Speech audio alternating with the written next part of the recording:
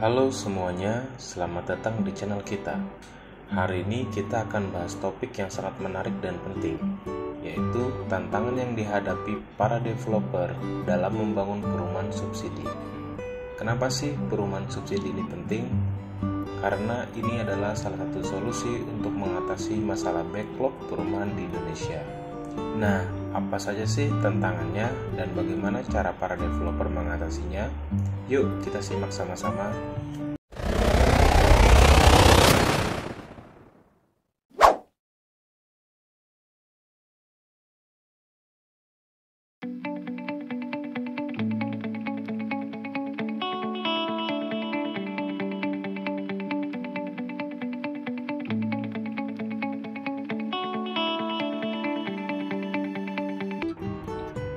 Perumahan subsidi adalah program pemerintah yang bertujuan untuk menyediakan hunian layak dan terjangkau bagi masyarakat berpenghasilan rendah. Dengan adanya subsidi dari pemerintah, harga jual rumah menjadi lebih murah sehingga masyarakat yang memiliki keterbatasan finansial pun dapat memiliki rumah sendiri. Tujuan utama program ini adalah untuk mengatasi masalah backlog perumahan, meningkatkan kualitas hidup masyarakat, serta mendorong pertumbuhan sektor properti. Siapa saja yang berhak?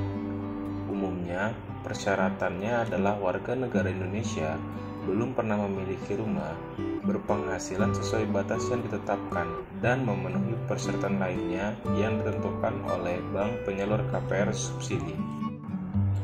Keterbatasan anggaran. Anggaran yang terbatas dalam pembangunan perumahan subsidi secara signifikan membatasi pilihan material dan teknologi yang dapat digunakan. Dengan dana yang terbatas, pengembang harus mengutamakan material bangunan yang lebih ekonomis, seringkali dengan kualitas standar.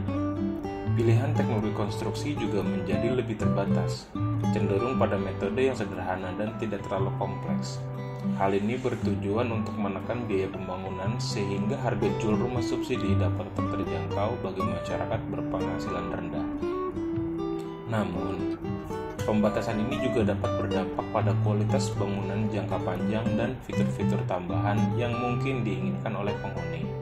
Akibatnya, rumah subsidi seringkali memiliki desain yang lebih sederhana dan spesifikasi yang lebih terbatas dibandingkan dengan rumah komersial. Kenaikan harga tanah. Kenaikan harga tanah yang signifikan di berbagai daerah menjadi tantangan besar dalam pengembangan rumah subsidi. Seiring dengan meningkatnya urbanisasi dan permintaan lahan, harga tanah pun ikut meroket. Hal ini membuat pengembang perumahan subsidi semakin kesulitan untuk mendapatkan lahan yang sesuai dengan anggaran yang terbatas. Kenaikan harga tanah ini berdampak pada meningkatnya biaya produksi rumah subsidi, sehingga dapat mengurangi jumlah unit yang dapat dibangun atau memaksa pengembang untuk mencari lokasi yang jauh dari pusat kota dengan aksesibilitas yang terbatas. Akibatnya, tujuan utama program perumahan subsidi yaitu menyediakan hunian layak dan terjangkau bagi masyarakat berpenghasilan rendah menjadi semakin sulit untuk dicapai. Regulasi yang kompleks. Peraturan yang kompleks menjadi salah satu tantangan terbesar bagi pengembang rumah subsidi, mulai dari proses perizinan yang berbelit dan memakan waktu lama, hingga persyaratan teknis bangunan yang harus dipenuhi. Semua turut meningkatkan biaya dan waktu pembangunan. Peraturan ini dibuat dengan tujuan untuk memastikan kualitas bangunan dan melindungi konsumen, namun seringkali menimbulkan birokrasi yang berbelit dan menimbulkan ketidakpastian bagi pengembang. Selain itu, perubahan regulasi yang sering terjadi juga menyulitkan pengembang dalam merencanakan dan melaksanakan proyek. Semua kendala ini pada akhirnya dapat menghambat penyediaan rumah subsidi yang lebih banyak dan terjangkau bagi masyarakat. Permintaan yang tinggi.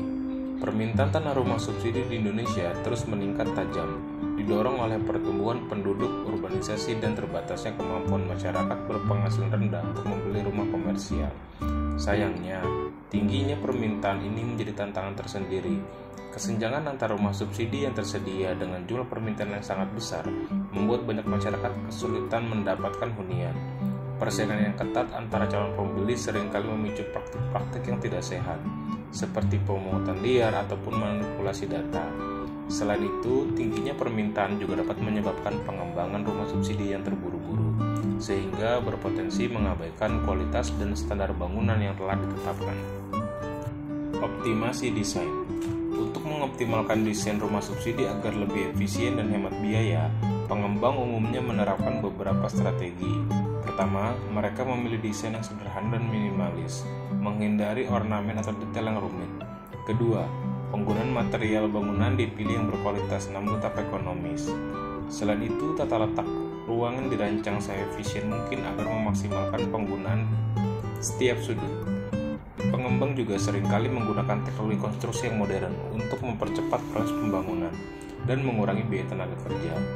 Dengan menggabungkan berbagai strategi tersebut, pengembang berharap dapat menghasilkan rumah subsidi yang berkualitas, terjangkau, dan memenuhi kebutuhan masyarakat berpenghasilan rendah. Pilihan material yang tepat. Pemilihan material bangunan yang berkualitas namun tetap terjangkau merupakan tantangan besar dalam pembangunan rumah subsidi. Pengembang dituntut untuk menyeimbangkan antara kualitas bangunan yang baik dengan keterbatasan anggaran. Beberapa strategi yang umumnya dilakukan adalah dengan memilih material lokal yang jauh lebih murah, menggunakan bahan daur ulang, atau mengoptimalkan penggunaan material dengan desain yang efisien. Selain itu, perbandingan harga dari berbagai pemasok juga perlu dilakukan untuk mendapatkan harga yang terbaik. Meski demikian, kualitas tetap menjadi prioritas agar rumah subsidi yang dapat dibangun dapat tahan lama dan nyaman layak dihuni. Material yang dipilih harus memenuhi standar kualitas tertentu dan sesuai dengan kondisi lingkungan setempat.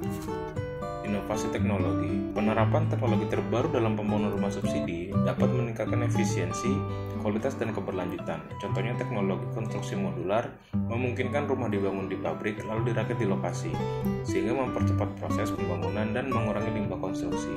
Penggunaan material ramah lingkungan seperti kayu olahan, bambu, atau panel surya juga semakin populer, tidak hanya mengurangi dampak lingkungan, tetapi juga memberikan nilai tambah bagi penghuni. Selain itu, integrasi teknologi pintar seperti sensor dan sistem otomatisasi dapat meningkatkan kenyamanan dan efisiensi energi dalam rumah subsidi. Kerjasama dengan pemerintah. Kerjasama antara developer dan pemerintah merupakan kunci keberhasilan dalam mengatasi berbagai macam tantangan dalam pembangunan rumah subsidi. Pemerintah berperan dalam menyediakan regulasi, insentif, dan dukungan finansial. Sementara developer memiliki keahlian teknis dan jaringan yang luas. Dengan bekerja sama, keduanya dapat mengoptimalkan sumber daya, mempercepat proses pembangunan, serta memastikan kualitas dan keterjangkauan rumah subsidi. Melalui sinergi ini, pemerintah dapat memenuhi kebutuhan perumahan masyarakat berpenghasilan rendah, sementara developer dapat mengembangkan bisnisnya secara keberlanjutan. Jadi, itulah beberapa tantangan yang dihadapi para developer dalam membangun perumahan subsidi dan solusi-solusi yang mereka temukan.